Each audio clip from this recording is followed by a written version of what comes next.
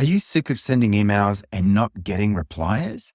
Well, the subject line is absolutely key to having people find and then reply to your email. You need to personalize it. Put in their name or address or something that will grab their attention and show it's not just any spam message. Also, you need to put in useful information, something that distinguishes it from all the other emails they'll get that day. So put in there, for example, quote, invoice, or suggested time. But then what's it for?